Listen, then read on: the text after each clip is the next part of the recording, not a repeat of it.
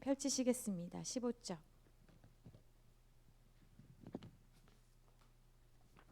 영계명이라고 되어 있는데 이 영계명이란 말은 없고요.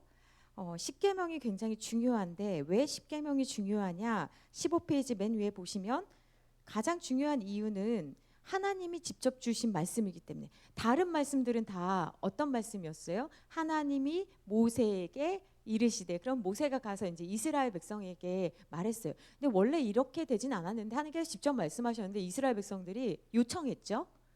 하나님이 우리한테 직접 말씀하시지 말고 모세야 너를 통해서 말해주면 좋을 것 같아. 그래서 이제 모세가 이야기하기 시작했습니다. 10계명은요, 여러분이 아시겠지만 출애굽기 20장이랑 신명기 5장 두 번 등장을 해요. 기록된 장소가 다르고 의미가 좀 다릅니다. 그 부분은 이제 나중에 좀 설명을 드릴 수 있는 기회가 있으면 말씀드릴게요. 우리가 암송하는 그 10계명은 찬송가 뒤편에 있는데 그 10계명은 출애굽기 20장을 인용한 것이다. 신명기하고 조금 달라요, 계명이. 오늘 이제 집에 돌아가셔서 하실 일은 뭐냐면 출애굽기 20장이랑 신명기 5장에 뭐가 차이가 있지? 두 계명이 다르거든요. 두 계명이. 그래서 그거를 한번 발견하고 오셔서 저에게 유레카 하면서 이제 말씀해 주시면 좋겠습니다. 또 우리가 하나 배워야 되는 것은 10계명이라는 말은 나오지 않는다.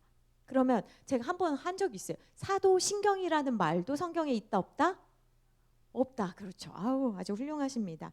10계명이라는 말은 없다. 10계라는 단어는 줄임말이다. 그렇게 이해하시면 되겠습니다. 자, 넘겨볼게요. 16페이지 한번 보시겠습니다. 자, 아까 말씀드린 것처럼 10계명이 중요한 이유는 하나님께서 직접 말씀하셨기 때문에 너무 중요하다. 얼마나 중요하면 하나님께서 직접 말씀하셨을까? 우리 게임 중에 그런 거 있잖아요. 그 뭐죠? 귓속말로 이렇게 줄 서가지고 서로 이렇게 말해가지고 전달해서 마지막 사람 하면 말이 이상하게 되어 있는 경우가 되게 많잖아요. 근데 하나님께서 그런 오해 없이 직접 말씀하셨다. 세 번째 중요한 이유는 뭐냐면 왜 10계명이 중요하냐면 10계명은 모든 율법을 대표하는 법이기 때문에 너무너무 중요하다. 자, 그러면 우리가 이 외에도 우리가 기억해야 될 것이 있는데, 여러분 모세오경이라고 할 때 성경에서 제일 중요한 책이라고 할 때 이스라엘 사람들은 모세오경을 딱 곱습니다. 모세오경은 뭐죠? 창세기, 출애굽기, 레위기, 민수기, 신명기를 모세오경이라고 합니다. 이게 율법인데요. 율법의 말씀은 하나님께서 우리에게 주시는 말씀인데 그 말씀이 이렇게 되어 있죠. 뭐뭐 하라, 하지 말라, 말지니라, 지키라. 명령어로 되어 있어요. 이 명령어 자체가 여러분이 생각하실 때 아니 왜 명령어야? 라고 생각하실 수 있는데 명령을 내리시는 주체가 하나님이시고 우리는 그분의 피조물이기 때문에 하나님께서 그렇게 말씀을 하시죠.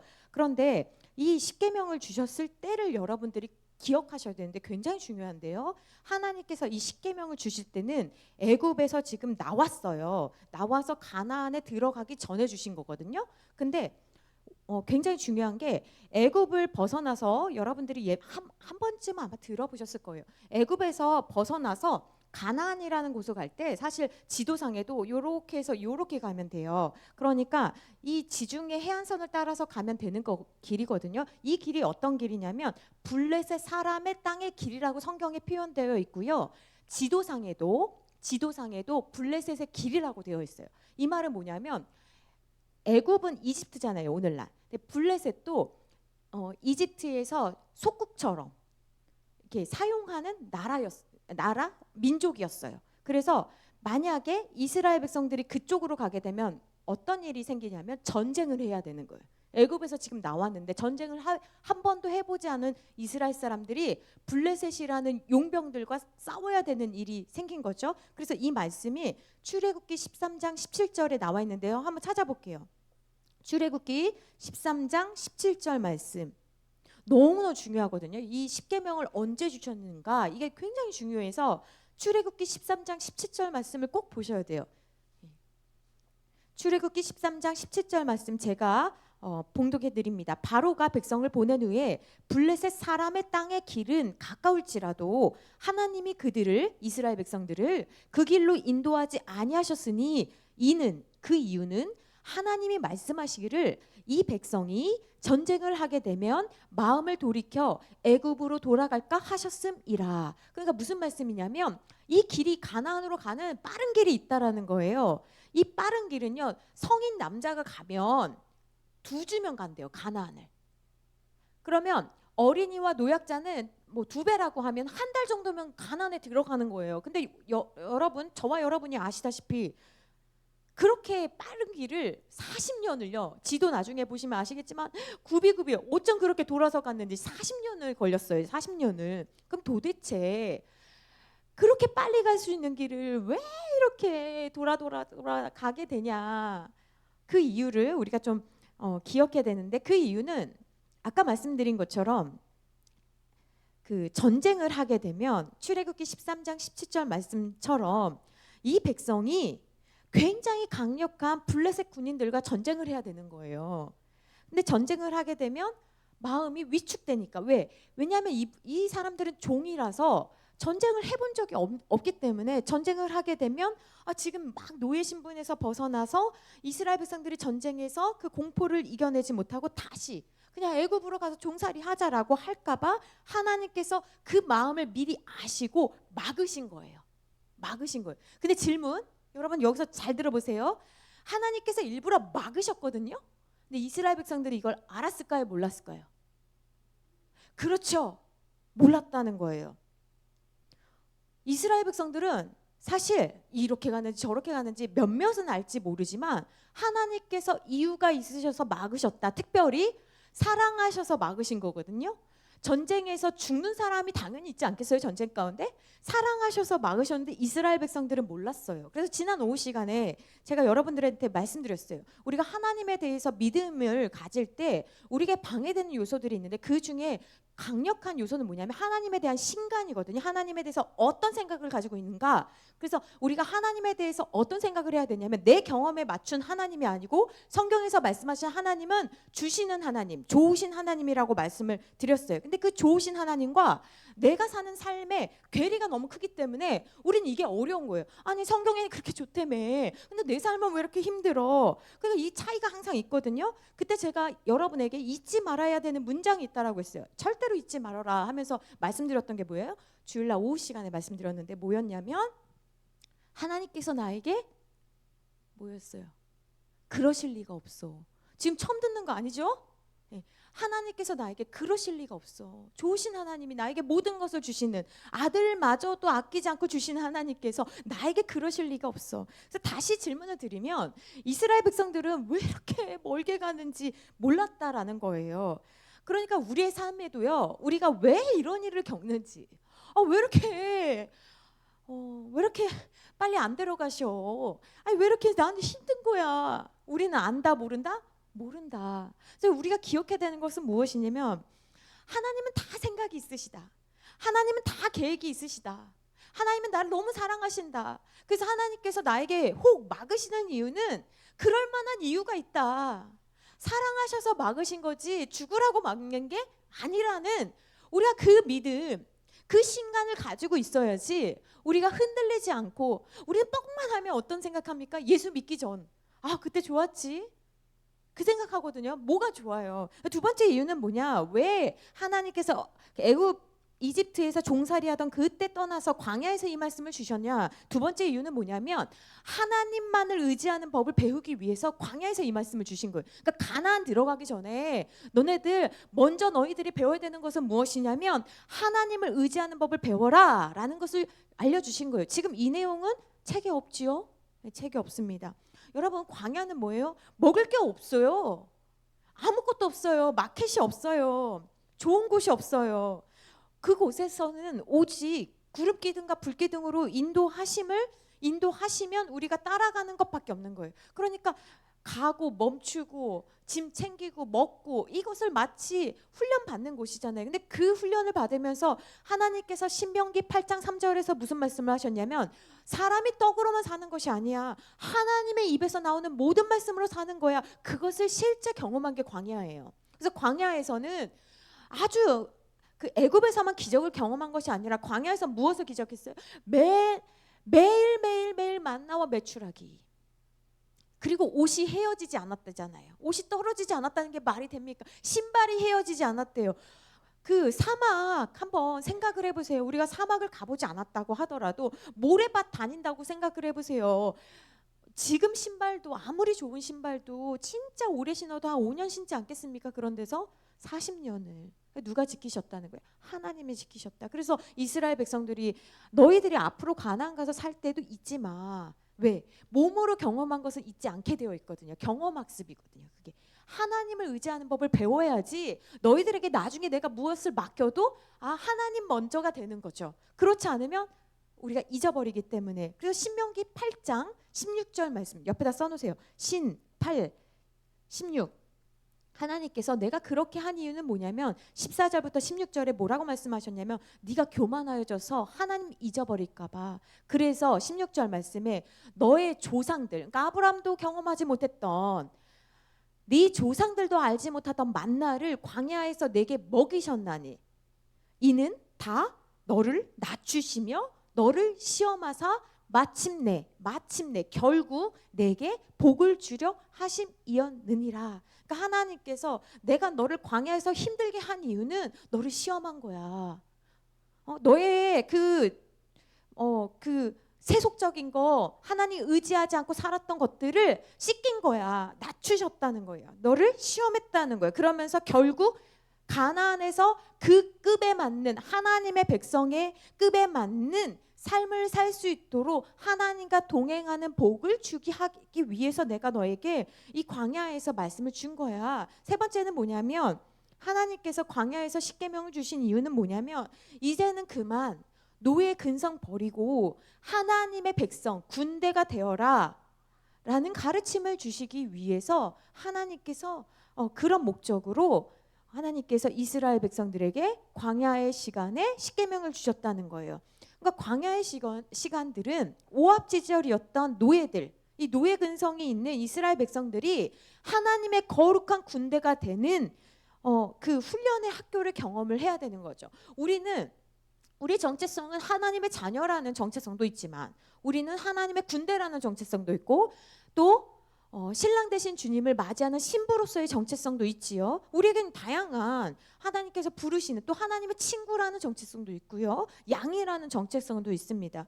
그러니까 이 광야의 시간에서는 우리가 빨리 배워야 되는 것은 무엇이냐면 우리가 천국 가기 전에 지금 우리가 훈련하고 있는 것은 우리가 이 세상 살아가는 것이 광야 같지 않습니까? 힘들잖아요. 근데 이때는 우리는 힘드니까 빨리 천국 갔으면 빨리 주님 곁으로 갔으면 그러니까 이 말도요 사실은 주님과 빨리 동행하고 싶다 이게 아니라 이 지겨운 이 세상 빨리 이 힘든 세상 이 몸도 아프고 관계도 어렵고 이 재정의 문제 어렵고 그러니까 빨리 이 세상 졸업하고 빨리 천국 가면 좋겠다 이런 잘못된 의미가 많은데요. 하나님께서는 이 광야의 시간을 40년이라는 시간을 허락하시는 이유는 너는 빨리 가는 것보다 너가 누구와 함께 가고 있는 것을 배우는 과정이 더 중요하다라고 가르쳐 주신 거예요.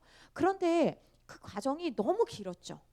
그 과정이 참 길었어요. 40년이라는 시간 동안 이스라엘 백성들이 노예 근성을 빼는 것이 너무나 어려웠어요. 그래서 여러분들에게도 너무 익숙한 예수 믿기 전에 그 삶의 형태들, 규범들이 있을 거예요. 그것들을 빨리 벗으셔야 돼요. 그래서 우리가 그걸 빨리 벗고 씻고 우리가 어떻게 해야 돼요? 가나안으로 들어가는 복을 누려야 되는데 그럼 이스라엘 백성들에게 있었던 그 종의 특성이 무엇이었냐? 여러분들이 한번 적어보세요. 이스라엘 백성들에게 있었던 종의 특성이 뭐냐? 첫 번째는 뭐냐면 안 좋은 일, 좀 힘든 일만 생기면 뭘 해요? 즉각적으로, 즉시 원망하고 불평하는 습관이 있었던 거예요. 그러니까 종은요, 주인과 다르게 종은 항상 문제가 생기면 화를 내거나 신세한탄하거나 수동적으로 바뀝니다. 그게 종과 주인의 그 차이거든요. 부모와 자녀의 차이죠. 부모는 해결을 하고 자녀들은 어떻게 합니까? 탓을 하고 원망을 하고 부모를 쳐다보죠. 어떻게 해결해 주기를. 이스라엘 백성들은 종으로서 오래 살았기 때문에 어려운 일이 생기면 그동안 내가 받았던 은혜가 아무리 커도 즉각적으로 원망하고 불평하는 거예요. 여러분 어떻습니까? 여러분 어려운 일 우리가 살면서 겪거든요. 즐거운 일도 겪지만 어려운 일 생기면 여러분 즉각적으로 원망하고 불평하십니까? 그러면 아직 여러분 종이신 거예요. 두 번째는 뭐냐? 어려운 일만 생기면 과거에 대한 향수로 돌아가는 거예요. 하나님께서 자유를 주셨는데 이제 주인이 없어요. 이제 하나님만 섬기면 되거든요. 근데 그것보다 야, 옛날에 우리 애굽에서 그 부뚜막 앞에서 먹었던 그거 좋았지 않았냐? 마늘 좋았지 않았냐? 파 좋았지 않았냐? 그거 참 좋았잖아. 맛있었지. 자유보다 배부른 노예의 삶을 더 좋아하는 거예요. 과거에 대한 향수. 세 번째, 단기적 시야. 이게 뭐냐면 하나님께서 주실 미래가 아니라 당장의 이익. 당장의 이익. 눈앞에 모세가 잠깐만 안 보이면 그냥 불안해가지고 잠시를 못 견디고 아론을 막 때려잡아가지고 야, 빨리 눈에 보이는 형상 만들어. 이게 이스라엘 백성이잖아요. 단기적 시야를 가지고 있는 거예요. 그러니까 내일은 어떻게 될지 몰라. 오늘 배부르자. 먹고 죽은 귀신 뭐래요? 먹고 죽은 귀신 뭐라고? 땡. 네. 우리는 다 알잖아요. 몰라서 물어보는 거 아니잖아요. 그러니까 우리 세계관은 아니라고 해도 우리도 그런 게 있잖아요. 오늘 잘 먹자. 내일은 어떨지 몰라. 이럴 때는 믿음이 막 나오잖아요. 내일 일은 난 몰라요. 뭐 그러면서 오늘 먹자. 오늘 사자. 오늘 자자. 우리 이러잖아요. 단기적 시야. 네 번째 뭡니까? 책임 회피와 자존감 결여. 늘 스스로를 하나님께서 존귀하다고 그렇게 말씀해 주셔도 잊지 말아라. 너는 작지 않다. 너는 약하지 않다. 내가 너를 새롭게 했다라고 아무리 말씀해 주셔도 자기는 계속 저는 못해요.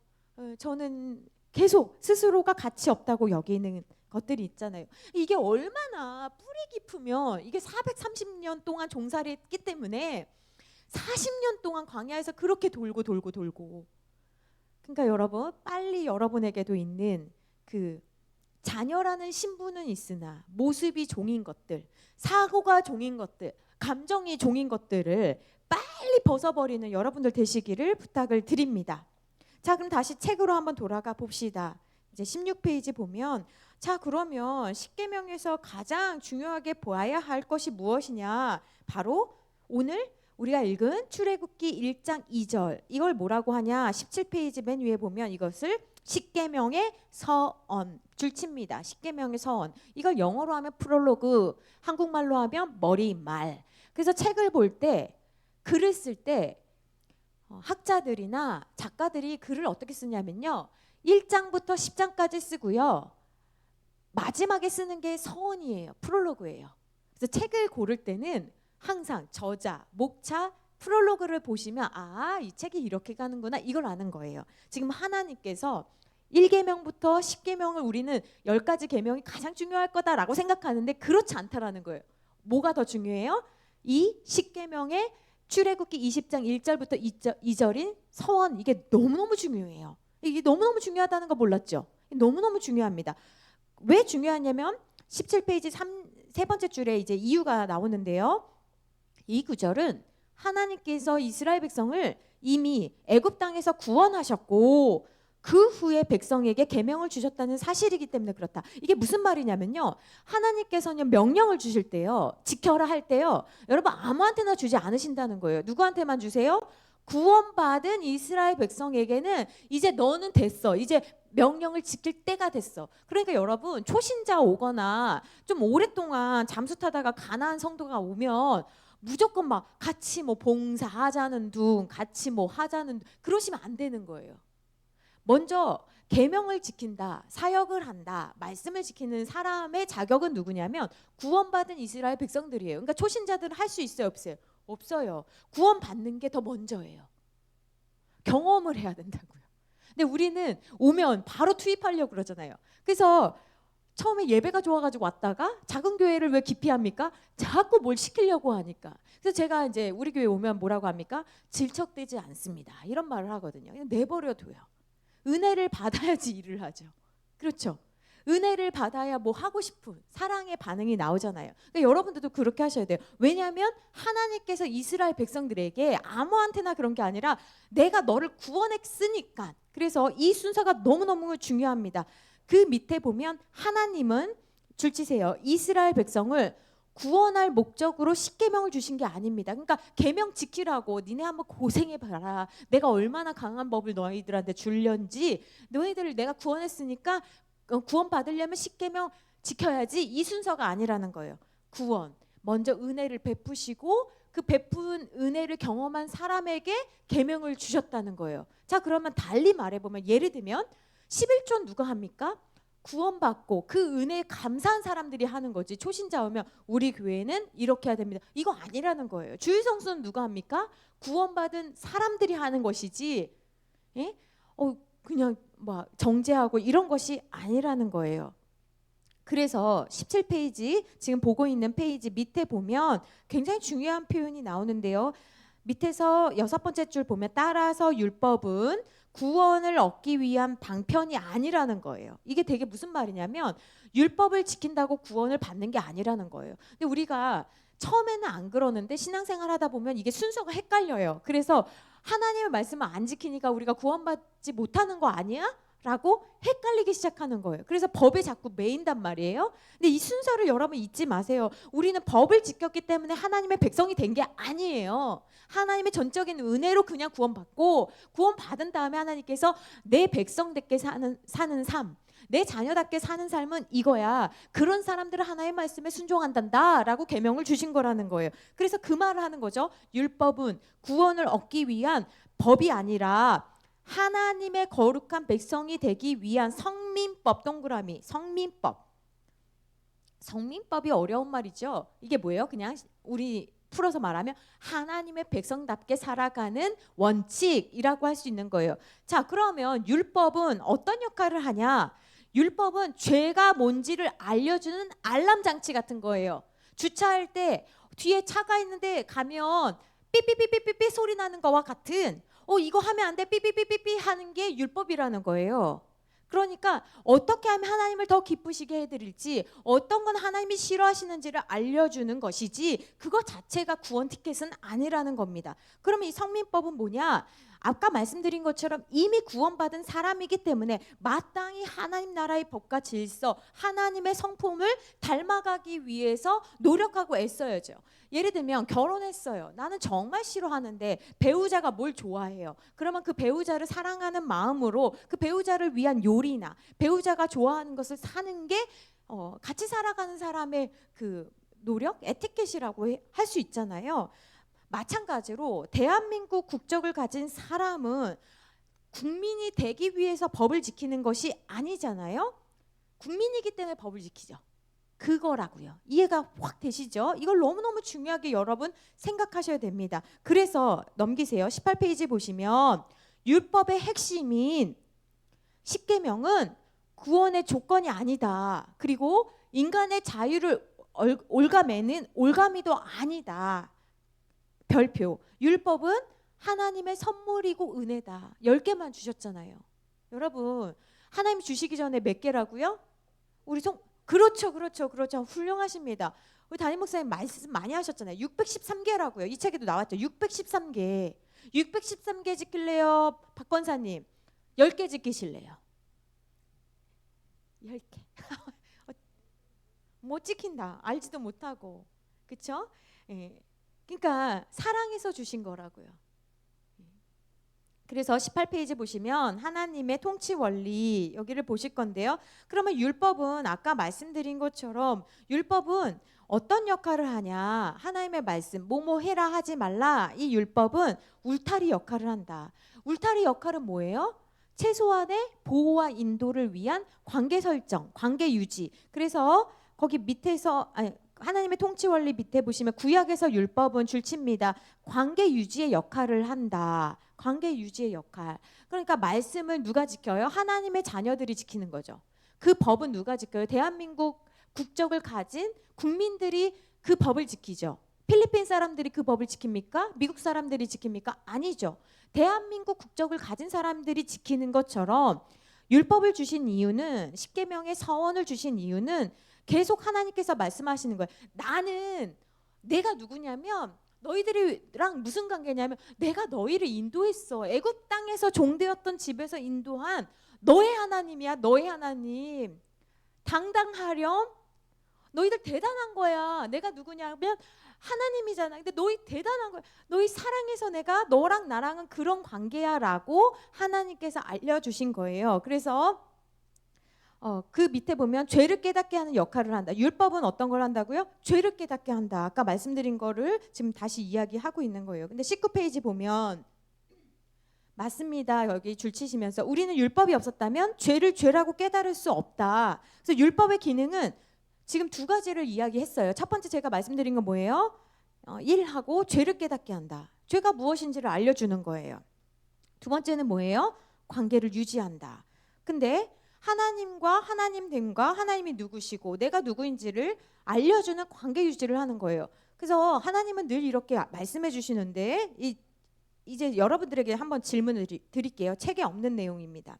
하나님은 이스라엘의 하나님 되세요. 이스라엘은 하나님의 백성이 되세요. 그거를 이스라엘 백성들은 특별히 하나님께 선택받은 사람들이라고 해서 선민이라고 하잖아요. 그래서 선민의식이 굉장하죠. 나는 하나님께 선택받은 민족이야. 그런데 왜 하나님께서 많은 민족들 가운데 이스라엘 백성들을 택하셨을까? 우리는 생각합니다. 우리는 이스라엘이 대단히 훌륭해서 선택받았다고 착각합니다.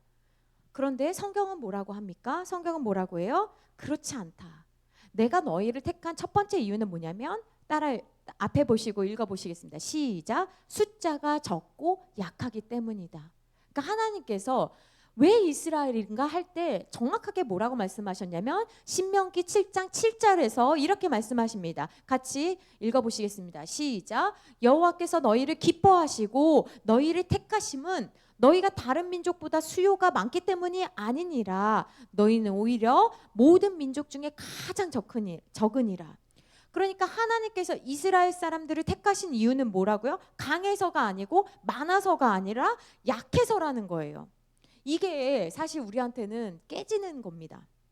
우리는요, 예수님 믿다 보면요, 이스라엘 백성들처럼 약간의 선민의식, 특권의식이 있어요. 우리가 잘나서, 우리가 그래도 괜찮아서 하나님이 나를 택하신 게 아닌가? 내가 그래도 앞으로의 가능성이 있는 존재라서 이런 차별적인 발언을 우리는 몹시 좋아하거든요. 우리 되게 좋아하잖아요. 예를 들면 이런 거예요. 너는 진짜 목사 중에 목사다. 너는 권사 중에 권사다. 이런 발언 되게 좋아하거든요. 그런데 하나님은 오늘 말씀을 통해서 뭐라고 하시는 거예요? 그게 아니라는 거예요. 내가 너를 택한 건 네가 약해서야. 네가 나 없으면 안 돼서야. 네가 딱해서야. 이렇게 말씀하고 계시는 거예요. 그러니까 우리는 하나님 앞에 내 주제 파악을 잘하고 내가 진짜 하나님 앞에 자랑할 게 없는 사람이구나. 그러니까 내가 진짜 나된 것은 하나님의 은혜구나. 내가 잘나서가 아니고 내가 부유해서가 아니고 내가 쓸만해서가 아니고 내가 똑똑해서가 아니라 내가 그런 줄 착각했는데 아니구나. 그걸 아는 게 은혜인 거예요. 여러분, 은혜를 잃어버리시면 안 됩니다. 잊어버리셔도 안 되는 거예요. 내가 나된 것은, 내가 하나님 자녀 된 것은 그래도 뭐 앞으로 내가 가능성이 있으니까 하나님 나를 아니라고요. 작고 숫자가 적고 약해서 그래서 하나님께서 택하셨다. 그런데요, 이스라엘 백성들도 처음부터 오만했을까요? 이스라엘 백성들은요, 지금도 이스라엘 가보시면 이스라엘 식당에 이렇게 동양인 사람들 가서 먹잖아요. 그럼 니네가 어떻게 여길 왔냐? 그런 눈빛으로 봅니다. 굉장히 차별주의적인 그 선민의식이 뿌리 깊은 교만을 낳았어요. 그러면 처음부터 그랬겠냐고요? 아니라고요. 가나안 땅에 들어가면서 정말 하나님께서 염려하신 것처럼 이들이 땅을 얻고 잘 살고 잘 있고 잘 배우다 보니 문자 읽을 줄 아는 우리보다 못 읽고 못 읽고 땅 없는 사람들 보면서 야, 내가 너네보단 낫지 않냐? 그러면서 교만해지기 시작하면서 사람만 버린 게 아니라 하나님도 버리기 시작했다. 그래서 여러분, 우리가 늘 모든 사람 앞에 겸손해야 되지만 특별히 하나님 앞에 우리 자신을 낮출 때 그것이 우리에게 살 길이 되는 줄 믿으시기를 부탁드립니다. 두 번째는 하나님께서 왜 이스라엘을 택하셨냐? 성경에 뭐라고 말씀하시냐면 하나님의 사랑과 약속 때문이다. 그러면 하나님께서 어떤 약속을 하셨냐? 신명기 7장 8절에 보시면 함께 합독하십니다. 시작. 여호와께서 다만 너희를 사랑하심으로 말미암아 또는 너희의 조상들에게 하신 맹세를 지키려 하심으로 말미암아 자기의 권능의 손으로 너희를 인도하여 내시되 하나님은요, 맹세를 지키려고 그 약속 때문에 내가 너희를 버리지 않고 너희가 배신해도 버리지 않았다라고 말씀하고 계시는 거거든요. 하나님은요 약속을 지키십니다. 우리가 2월 달에 암송 말씀으로 하나님께 서운한 것이 있으면 이게 뭐예요? 하나님께 약속한 것이 있으면 지키자라는 말씀을 암송했거든요. 여러분 사랑하면 약속을 지킵니다. 사랑한다고 하면서 약속을 지키지 않는 것은 거짓입니다. 제가 나중에 할게요. 하나님 그거 거짓입니다. 우리는 하나님께 받을 거는 잊지 않고 우리가 하나님께 드릴 것은 잊어버리는 게 우리입니다. 사람에게도 받은 것은 잊어버리고 받을 것은 잊지 않는 게 우리입니다. 잊어버리고 살고 싶은 거죠. 그래서 우리가 누군가에게 받은 귀한 사랑은 있고 누군가가 나를 서운하게 하고 섭섭하게 한 것은 계속해서 곱씹지 않습니까? 하나님은 약속한 것을 절대로 잊지 않으신다는 거예요. 그것을 성경이 우리에게 증언하고 있습니다. 우리가 믿는 하나님은 그런 하나님이에요. 그래서 신실하신 하나님이라고 우리가 고백하는 거죠. 하나님은 변치 아니하신다. 하나님은 감정에 따라 바뀌지 아니하신다. 하나님 날씨에 따라 바뀌지 아니하신다. 그래서 십계명의 이 서원에서 우리가 정리해야 하는 중요한 가르침은 무엇이냐면 우리가 왜 주일에 나와야 합니까? 우리가 왜 다른 사람과 다르게 뭐 하고 싶은 거 좀 제한도 되고 뭐 못하면서 삽니까? 이런 질문들은 어찌 보면 잘못된 동기에서 나온 질문일 확률이 굉장히 높습니다. 되게 이러한 질문들은 왜 나는 못합니까? 왜 나는 다른 사람처럼 하나님 알지 못하는 사람처럼 살지 못합니까? 이런 것은 어떤 거냐면 나는 하나님께 사랑만 받겠어요. 책임은 지지 않겠어요. 나는 하나님께 사랑만 받고 여전히 응석 부리는 5살 이하의 3살짜리 어린아이처럼 살아가겠어요 하는 경우가 너무나 많습니다. 하나님은 이스라엘 백성과 독특한 관계를 맺으시는데 그것은 하나님만 우리에게 지킬 의무가 있는 것이 아니라 하나님의 백성인 우리들도 자녀라고 불리움 받기를 부끄럽지 않게 살아가야 할 의무가 우리에게 있다라는 것입니다. 그래서 우리는 뭔가 잘한 다음에 대단히 잘해서 하나님께 영광 돌리겠습니다라는 말을 나중에 할게요. 하나님 내가 좀 잘된 다음에 할게요. 그 말 하지 말고 적어도 뭐 저런 사람이 예수님 믿냐라는 소리는 듣지 않으면서 살아가야 된다라는 거예요. 여러분 우리가 기도하면 하나님이 왜 응답하십니까? 그분이 나의 하나님이시기 때문입니다. 심지어 내가 아버지라고 불러도 된다라고 하나님께서 허락해 주시지 않으셨습니까? 이게 너무너무 큰 은혜입니다. 그러므로 여러분 하나님의 자녀답게 살아가는 것이 이 10가지 가장 기본적인 기본 이 말씀을 지키려고 조심조심 하면서 사는 게 우리들입니다. 그래서 하나님의 자녀가 되었다는 것이 각자 다르고 이해하는 바가 다르고 경험하는 바가 다르기 때문에 하나님께서 직접 십계명을 통해서 우리에게 정리해 주신 거다라고 이해하시면 되겠습니다. 19페이지 보시면 자, 율법이라는 것이 그러면 죄를 깨닫게 해주고 두 번째 관계를 유지하게 해준다면 세 번째 역할이 있는데 세 번째는 뭐냐? 19페이지 중간에 보면 율법의 제3 적용이 있다는 거예요.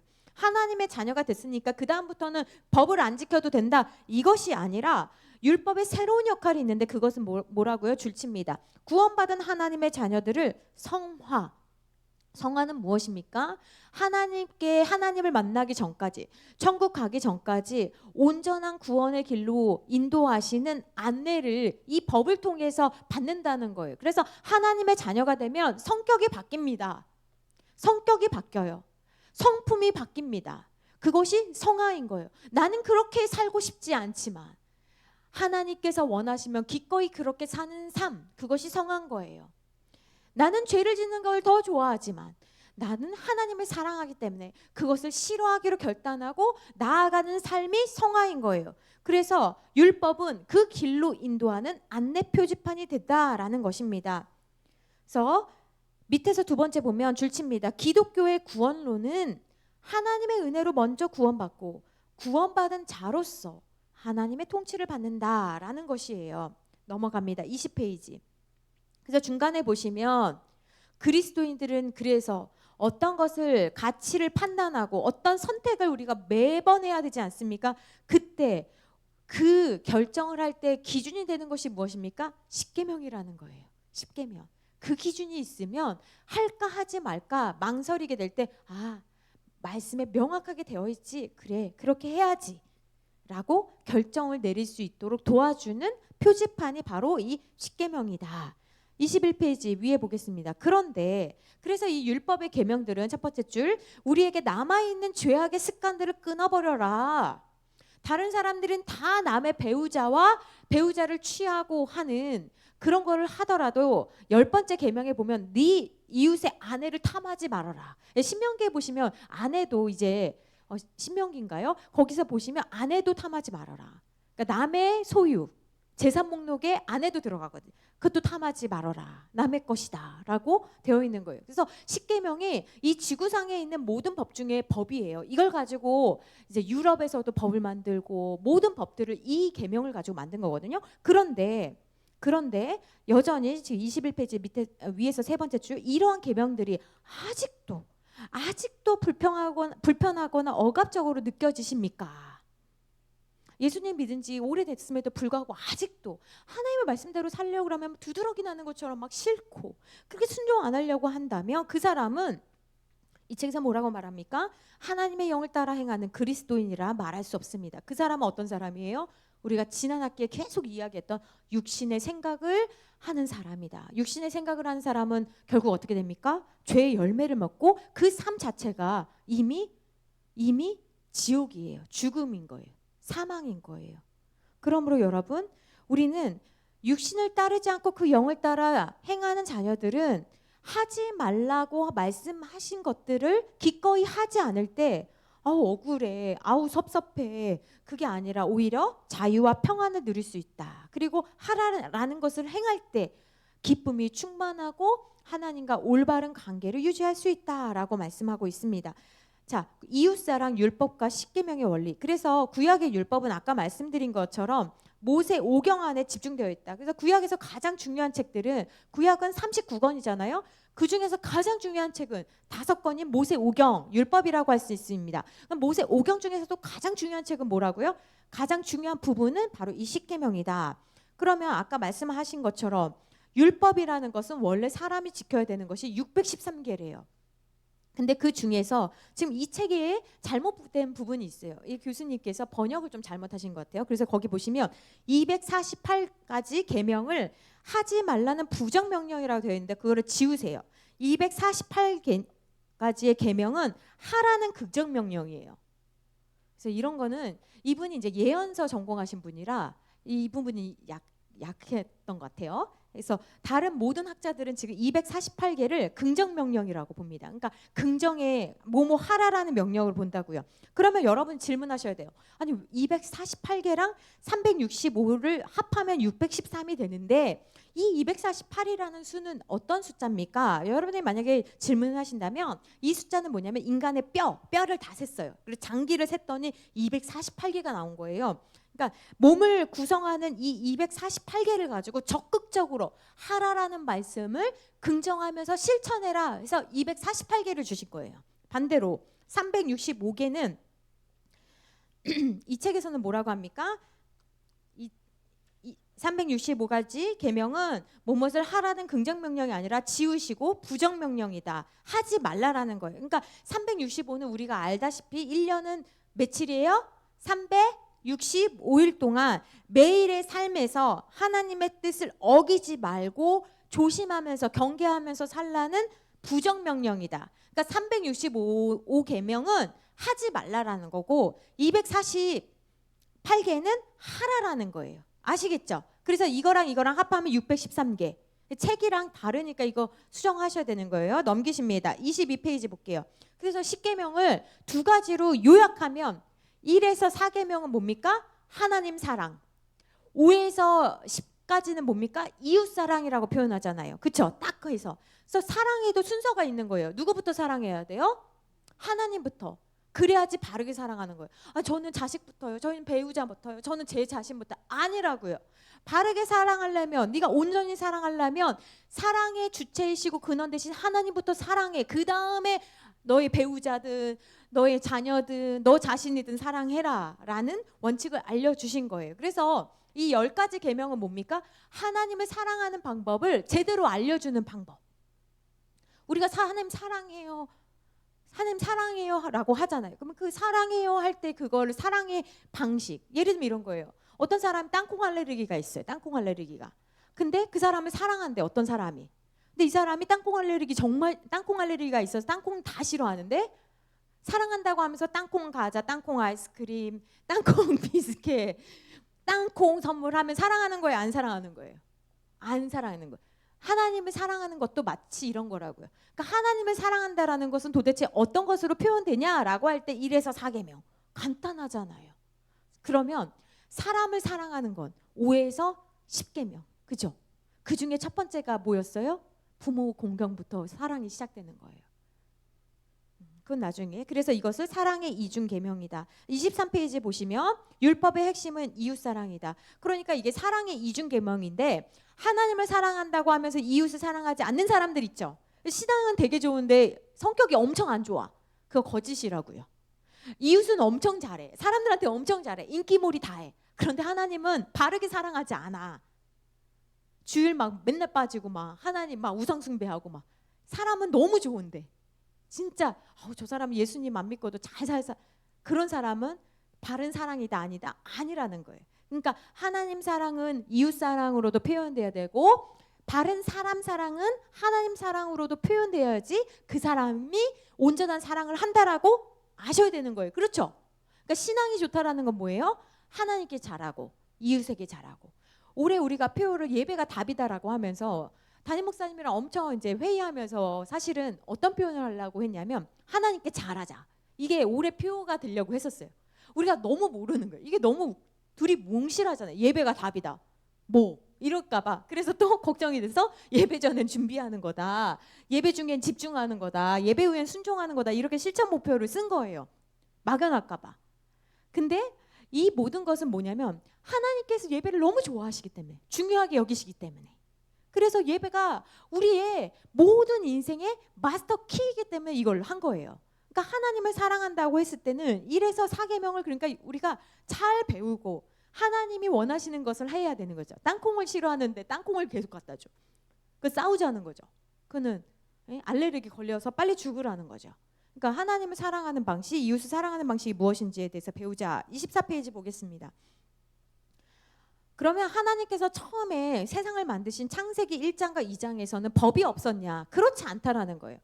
하나님의 나라, 신약에 가면 이제 하나님의 나라를 가르치시거든요. 예수님께서요. 왜 예수님께서 하나님 나라를 가르치시냐면 예수님만 하나님 나라에서 오신 분이잖아요. 그래서 예수님께서 너희들이 갈 하나님 나라는 어떤 곳이냐면 마치 그런 거예요. 선교할 때 그 선교지를 다녀온 사람이 얘기하잖아요. 거기가 어디냐면 거기를 뭘 조심해야 되냐면 그 나라는 어떤 사람들이냐면 그러니까 에덴 동산도요. 지금 24페이지 그 얘기하는 거예요. 창세기 1장 2장에서도 법이 있었다라는 거예요. 어떤 법? 긍정법. 어떤 거? 모든 생물을 다스리고 땅을 정복하고 충만해라라는 법. 긍정명령. 뭐뭐 하라라는 것은 긍정명령. 반대로 뭐뭐 하지 말라라는 법도 주셨어요. 뭐예요? 선악을 알게 하는 나무의 열매만 먹지 마. 그거 딱 하나. 그러니까 하나님은요 굉장히 심플하십니다. 하나님은 하라, 하지 말라라는 거 딱딱 하나씩만 주시는 거예요. 너무 좋은 분 아니세요? 다 먹어도 된다잖아요. 근데 우리는 다 먹어도 된다라는 것은 가로쳐버리고 먹지 말라고 한 거 왜 그거 먹지 말라고 했어요? 저거 먹고 싶다. 그렇게 하는 거잖아요. 선악을 알게 하는 나무의 열매를 먹고 난 다음부터 우리는 어떻게 됩니까? 주인이 바뀌게 되는 사건이 일어나죠. 그래서 선악은 하나님만 판단하셨거든요. 하나님이 선하다 하면 인간들은 네 선합니다라고 순응했어요. 근데 선악을 알게 하는 나무의 열매를 먹은 다음부터는 자기가 판단하기 시작했죠. 아닌데 하나님 왜 저렇게 말씀하시지? 저건 좀 그럼 만들지를 마시지. 뭐 이런 이상한 소리를 하는 거죠. 그래서 여러분 이 구약에 있는 법 이거를 구약에 있는 법을 율법이라고 하는데 이것을 옛 언약이라고 합니다. 옛날 언약. 그래서 이거는 이제 예레미야 그 23페이지 25페이지에 보시면 밑에서 하나 둘 셋 넷 다이어 7번째 보시면 예레미야 31장 33절 동그라미 치시고 별. 예레미야 31장 33절 말씀에 뭐라고 되어 있냐면요. 내가 나의 법을 그들의 속에 두며 그들의 마음에 기록하여 하나님께서 이 법을요, 옛날에는 이제 그 십계명 같은 것은 인간의 밖에다가 돌판에 새겨진 법이잖아요. 그러니까 인간이 그 법을 지키려고 할 때마다 법을 지키지 못하는 자기 자신만 확인하게 되는 거예요. 법을 지킬 능력이 나에게 없다라는 것을 자꾸 깨닫게 되는 거예요. 그래서 하나님께서 소망 없는 인간들을 보시면서 내가 깨지지 않는 법, 어디든 가지고 다닐 수 있는 그 법을 너희 마음에 줄게. 근데 거기 예레미야 31장 33절 말고 옆에다 하나 쓰세요. 에스겔 36장, 겔 36장 26절 27절 이렇게 쓰세요. 겔, 에스겔이 겔이잖아요.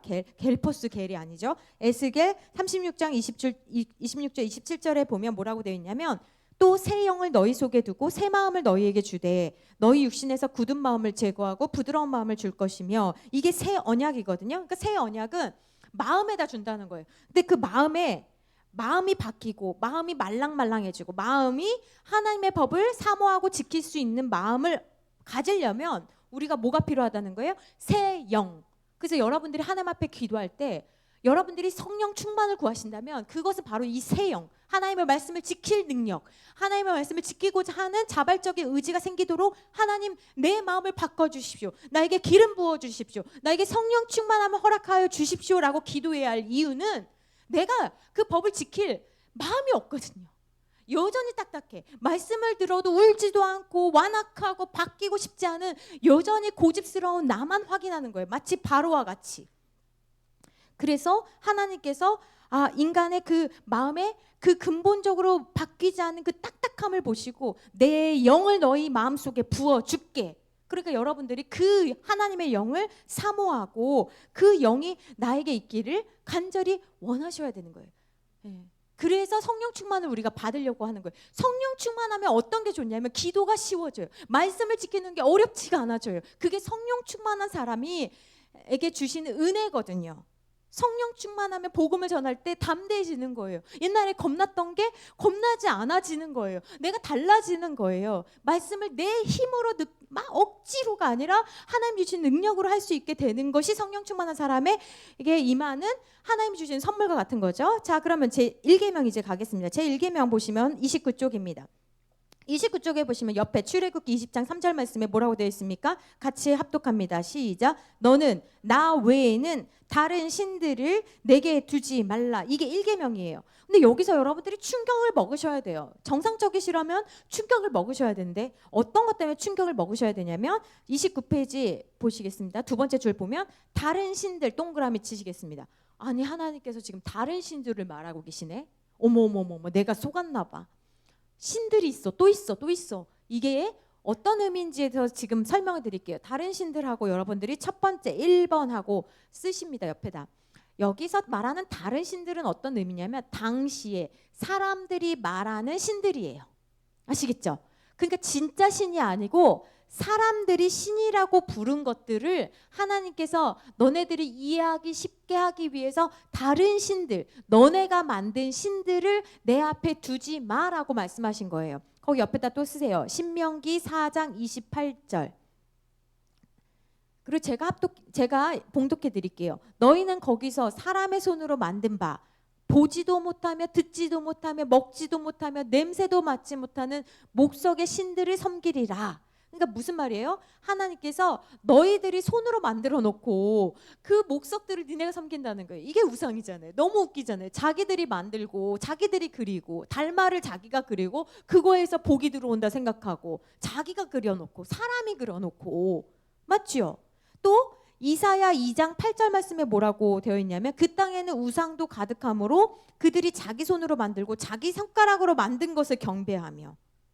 이해가 되시죠? 그러니까 이 다른 신들이라고 하는 것은 뭐냐면 사람이 만든 것들이고 생명이 없는 나무 조각 같은 거예요. 그림 조각 같은 거예요.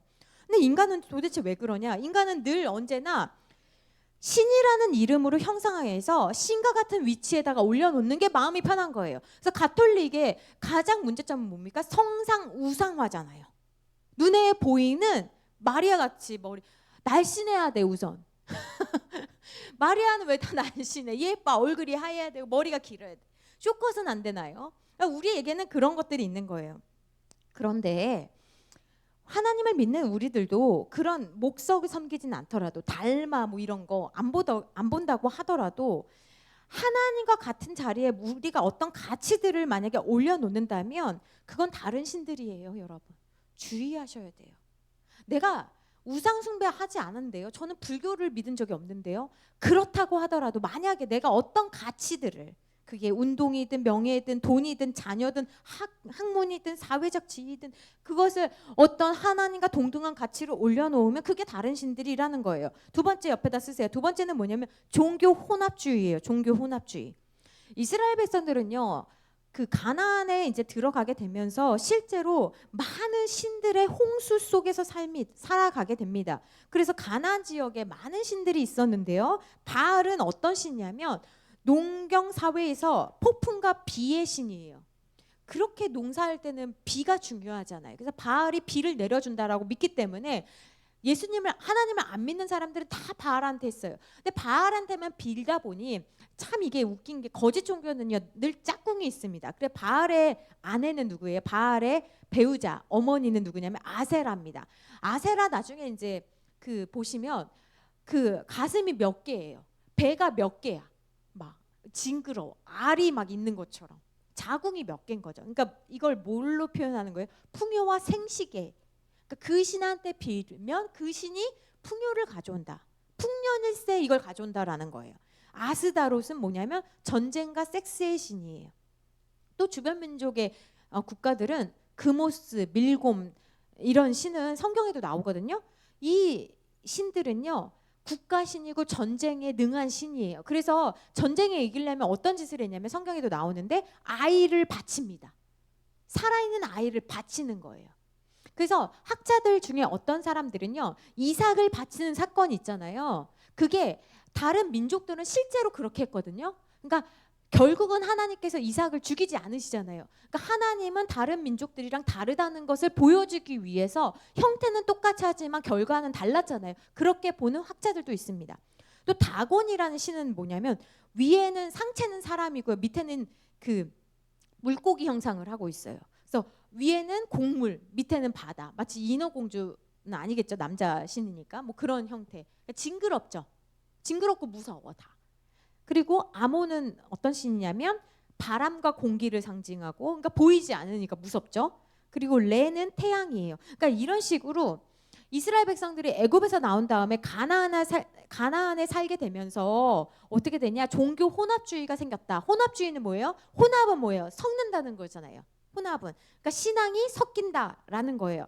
이스라엘 백성들은 어떤 생각을 하게 되었냐면 하나님도 섬기고 다른 신들도 섬기면 이것을 우리나라 말로 한자성어로 뭐라고 하냐면 금상첨화다 이렇게 얘기하는 거죠. 신들의 좋은 점들을 합하니까 꿩도 먹고 알도 먹는 거 아닌가. 진짜 하나님이 싫어하시는 거예요. 제일 싫어하시는 것 중에 하나가 바로 종교 혼합주의예요. 하나님이 뱉어버린다고 그랬어요. 차라리 믿지 마. 차라리 제사 드리지 마. 하나님이 예배를 기뻐하시는데 너 그러려면 예배 드리지 마. 헌금하지 마. 하나님 그렇게 말씀하시잖아요. 자, 그러면 우리도 생각해 봅시다. 우리는 이렇게 대놓고 비나이다 하면서 다니지는 않아요. 근데 우리가 하나님을 섬긴다고 하면서 우리의 마음이 온전하지 않고 나뉘었다라고 한다면 그것은 종교 혼합주의가 우리에게 있다라고 생각해 볼 수 있는 거예요. 세 번째, 다른 신들의 세 번째 옆에다 쓰세요. 종교 다원주의. 종교 다원주의는 뭡니까?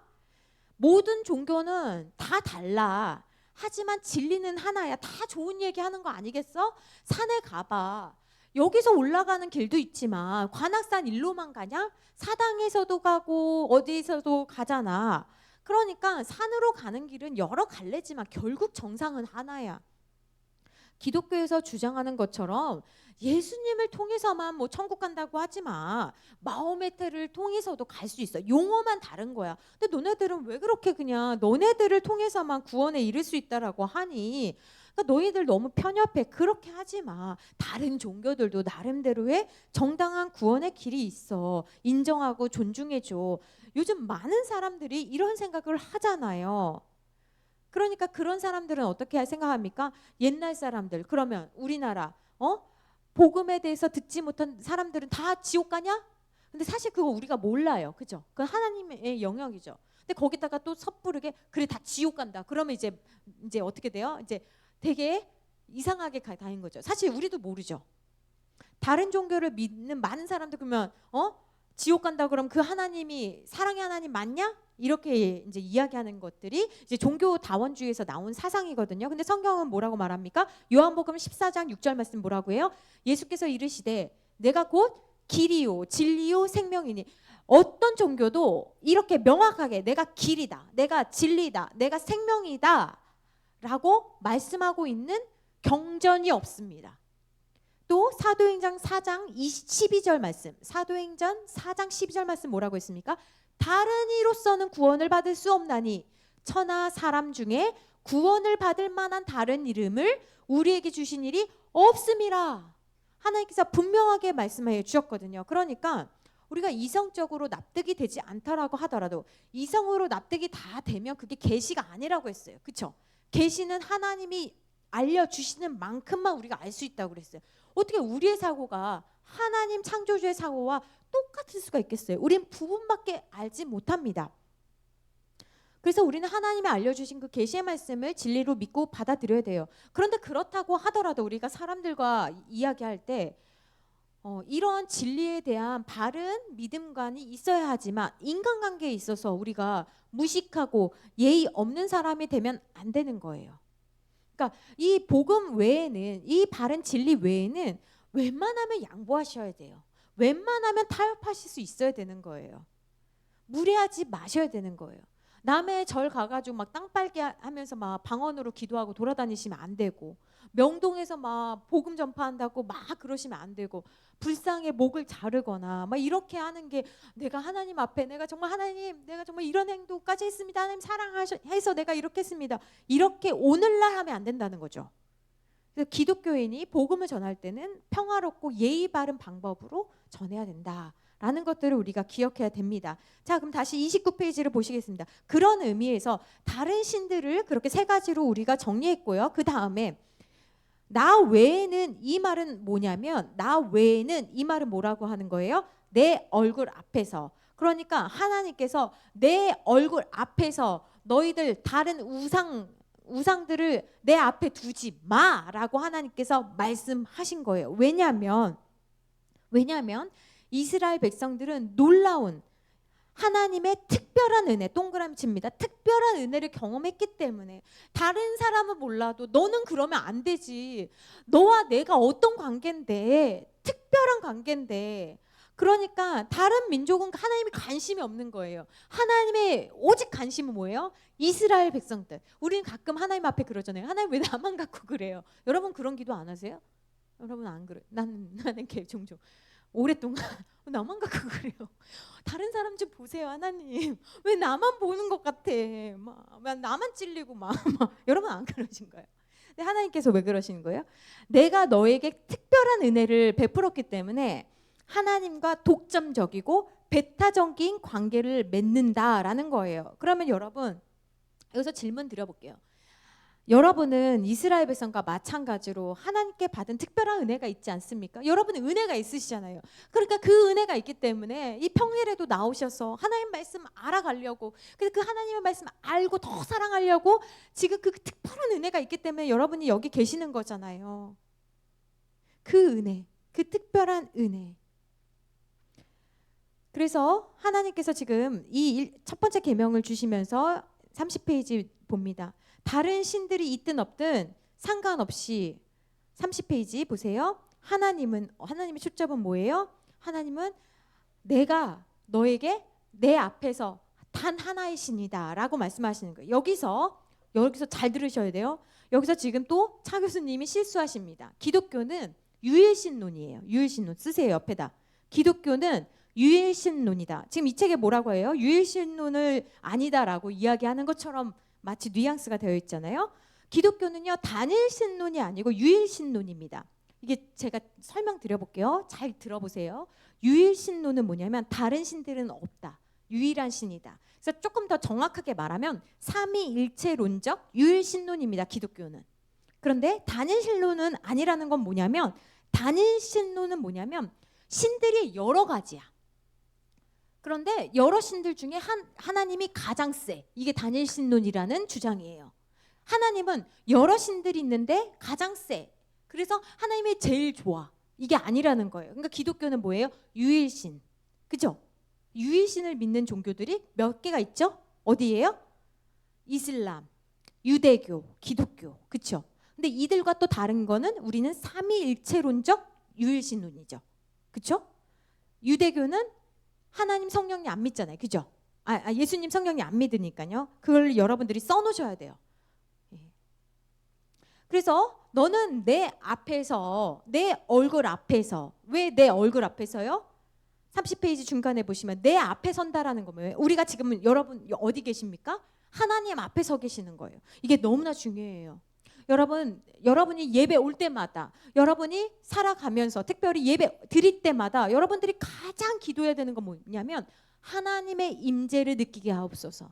하나님의 임재를 깨닫게 하옵소서. 이사야 6장에서 여기가 하나님이 계신 곳이구나라는 것을 깨달은 것처럼 하나님의 임재가 나타나게 하옵소서. 하나님의 임재를 깨닫게 하옵소서. 여러분들이 기도하셔야 되는 거예요. 만약에 여러분 보이지 않는 하나님께서 우리 눈앞에 보이셔서 여러분의 코끝 앞에, 여러분의 바로 앞에 계신다고 한다면 아마 여러분들은 그동안 내가 예배 드렸던 것과는 완전 다르게 예배 드리실 거예요. 여러분이 지금까지 살아온 방식과는 완전 다르게 살아가실 거예요. 그럼 왜 우리가 그거를 잊어버릴까요? 하나님이 보이지 않는 하나님 앞에서 내가 예배 드리고 있다라는 걸 여러분이 잊기 때문이에요.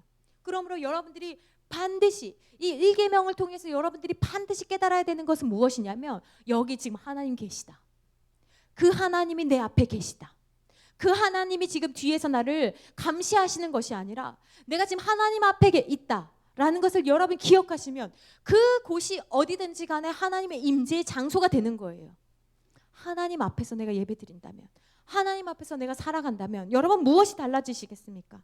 여러분 어떤 점이 달라질까요? 여러분 예배 드리는 모든 것이 달라질 거예요. 여러분이 굉장히 진지해지실 거예요. 여러분들이 굉장히 집중하실 거예요. 여러분 하나님이 내 옆에 앉아 계시다고 하신다면 여러분이 다른 짓 못하실 거예요. 하나님이 내 앞에 계신다는 것을 여러분이 인지하셔야 돼요. 보이지 않는 하나님 앞에서. 우린 예배 드렸다로 끝나는데 예배 드렸다로 하면 가인이 돼버리는 거예요.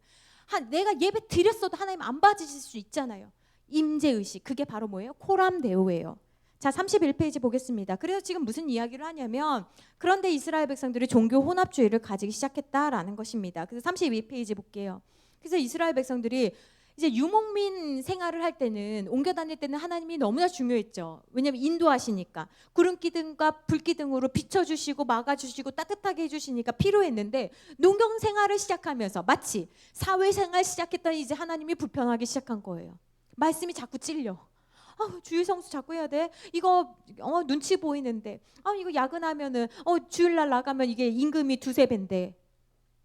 농경 생활을 막 시작한 이스라엘 백성들도 똑같은 고민하기 시작한 거예요. 바알 믿어야 되는 거 아니야? 우리는 왜 이렇게 못하는 거야? 우리도 세속 저렇게 해야 되는 거 아니야? 농사일을 안 해본 사람들이 배우려면 이거 하려면 제사부터 드리고 해야 돼. 그래야지 잘 된다니까. 그거 안 하면 우리 멤버에 들어오지 못해. 그러니까 같이 가가지고 바알신 섬기고 아세라, 그게 바로 종교 혼합주의예요. 그런데 오늘날 우리에게도 이런 부분, 하나님께 도리를 다하면서 동시에 위기의 순간에는 사주 보고 간상 보고 수석, 돌 같은 거 막 이렇게 모아가지고 민간 신앙적인 요소들을 섞는 거, 이런 거, 평소에는 하나님 믿다가 중요할 때는 그렇게 막 따지는 거, 그런 거 종교 혼합주의예요. 그 하나님 안 믿는 사람인 거예요. 하나님 안 믿는 사람이에요. 또 뭐예요? 정성 들이면 고난이 안 온다, 복만 온다라고 생각하는 기복주의적인 것도 무속신앙인 거죠. 하나님을 잘 믿어도 욕과 같이 고난 받을 수 있다 없다? 있다. 내가 잘못해서 벌 받는 것이 아닐 수 있다. 이것도 우리가 알아야 되는 거잖아요. 그러니까 종교 혼합주의는 하나님 안 믿는 거예요. 믿었잖아요. 예배 드렸 안 믿는 거라고요. 그래서 늘 하나님께서 무엇을 말씀하시냐면 둘 중 하나를 선택하라. 하나님의 사람들은 늘 말합니다. 선택해라. 그래서 엘리야가 뭐라고 합니까? 엘리야가 지금 이스라엘 백성들 앞에서 제사장들, 바알 제사장, 아세라 제사장들 다 죽이면서 뭐라고 합니까? 선택해라. 너희들 선택해. 모든 백성한테 선택하라고 하잖아요. 근데 이거를 누구도 말하냐면 여호수아도 말합니다. 선택해라. 이스라엘 백성들은 좋은 게 좋은 거다 하고 섬기고 있는데, 그러니까 여러분들도요 날마다 선택해야 돼요. 누굴 선택해야 돼요? 하나님만 선택해야 돼요. 근데 우리는 안락해지면, 풍요로워지면 우리도 모르게 느슨해지고 안일해집니다. 그러니까 어떤 사람에게는, 여러분 생각해 보세요. 잘 생각해 보세요. 이제 한 5분 있으면 끝나요. 잘 생각해 보세요. 안일해지면 하나님 안 믿어. 잘 살면 기도 안 해. 그게 복이에요? 어떤 사람은 맨날 문제가 많아. 기도 안 할 수가 없어. 그러면 어떤 사람 볼 때는 아이고 저게 그냥 아이고, 반대라고요.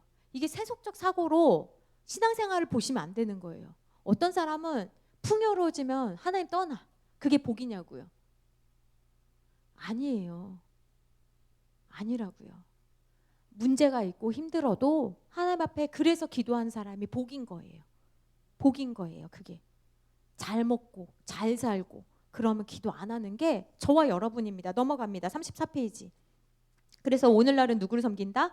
돈을 섬긴다. 돈이 모든 것에 가장 중요한 가치가 됐다. 옛날에 우리 여기 계시는 이제 원로 권사님들, 장로님들 생각해 보면 옛날에는 다 교회 중심이었어요. 교회 중심으로 이사 오고 교회 중심으로 조금이라도 한 번이라도 또 교회 올라고. 근데 요즘 어때요? 직장도 아니죠. 예, 아파트값 중심으로 이사 가죠. 돈 중심으로 생활하는 거예요. 36페이지 보면 그래서 까닭 있는 신앙을 우리는 너무 많이 하는 거죠. 하나님이 이걸 주시면 우리가 믿고 이렇게 하시면 늘 if예요. 하나님은 먼저 구원을 베풀어 주셨는데 우리는 늘 하나님 이렇게 해주시면 이렇게 할게요. 그런 사람은 올바른 신앙을 가진 사람이 아닙니다. 그래서 요즘 우리가 하루 한 장에서 욥기 말씀 보면서 욥은 뭐라고 합니까? 사탄은 늘 제가 잘 사니까 하나님 믿죠. 제가 건강하니까 하나님 믿죠. 그러나 우리의 진짜 신앙의 진가는 언제 나타납니까? 욥처럼 다 잃고 난 다음에도 하나님을 원망하지 않고 하나님을 찬양하는 까닭 없는 신앙이 진짜 신앙이다. 그 이야기를 하고 있는 겁니다. 넘어갑니다. 38페이지. 그래서 38페이지 보시면 중간에 보면 그러면 이스라엘 백성들이 왜 바알을 따랐냐? 바알이 물질적 풍요를 준다라고 믿었기 때문이다. 믿었기 때문이라는 거예요. 그런데 호세아 2장 8절에 뭐라고 합니까? 하나님께서 분명하게 이렇게 말씀하십니다. 곡식과 세포도주와 기름은 내가 그에게 준 것이라는 거예요. 그들이 바알을 위하여 바알한테 제물로 쓴 은과 금도 내가 너네한테 준 건데 니네가 알지 못한다는 거예요. 그러니까 여러분 보세요. 우리가 그렇게 좋아하는 은, 금, 포도주와 기름, 곡식, 지식, 경험, 사회적 위치 다 누가 주신다는 거예요? 하나님이 주신다는 걸 여러분들은 아셔야 되는 거예요. 이스라엘 백성들은 알지 못했다는 거예요. 그러니까 엉뚱한 곳에 가가지고 막 절하고 막 거기 밑에 묶여 있는데 하나님이 안타까워하시면서 내가 너네한테 줬잖아. 내가 너네한테 줬는데 왜 엉뚱한 데 가서 절하고 있니? 빌고 있니? 라고 이야기하시는 거예요. 넘어갑니다. 그래서 우리의 신앙은 40페이지 보시면 사탄은 늘 까닭이 있는 신앙을 말한다. 그래서 병 고쳐지고 문제 해결되면 교회에 안 나오고 떠나버리는 사람들 잘못된 신앙이다. 까닭 있는 신앙이다. 어린 아이와 같은 초신자 신앙이다. 근데 하나님을 믿으면 믿을수록 우리의 신앙은 어떻게 됩니까? 까닭 없는 신앙이 정상이다. 부모가 나에게 아무것도 해주지 않았어도 공경하는 게 정상이다. 하나님도 마찬가지다. 그래서 41페이지 보시면 뭐라고 합니까? 하나님만 보이는 경지까지 올라야 된다.